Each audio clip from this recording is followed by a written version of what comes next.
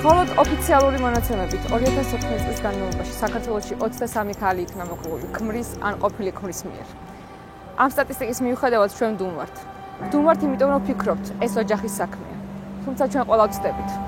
იმიტომ რომ ქალების მიმართ ძალადობა არ არის ოჯახის შიგნით არსებული მიკროპრობლემა. ცივილიზებულ სამყაროში არავინ უშვებს აზრს, რომ ქალების უფლებების და მით უფრო მათი სიცოცხლის ხელყოფა დასაშვებია. მე არ მინდა ვისაუბრო, როგორი უნდა იყოს რეაგირება ძალადობაზე. რადგან ძალადობა მგონია, რომ არის შედეგი და მნიშვნელოვანი არის შედეგის პრევენცია და არა მასზე რეაგირება. ამიტომ ჩემი მიმართვის ადრესატები არიან მშობლები და მეც მოგმართავს თქვენ, მშობლებს, დედებს და მამებს, რომლებიც კონკრეტული ფასეულობებით ზრდით საკუთარ შვილებს.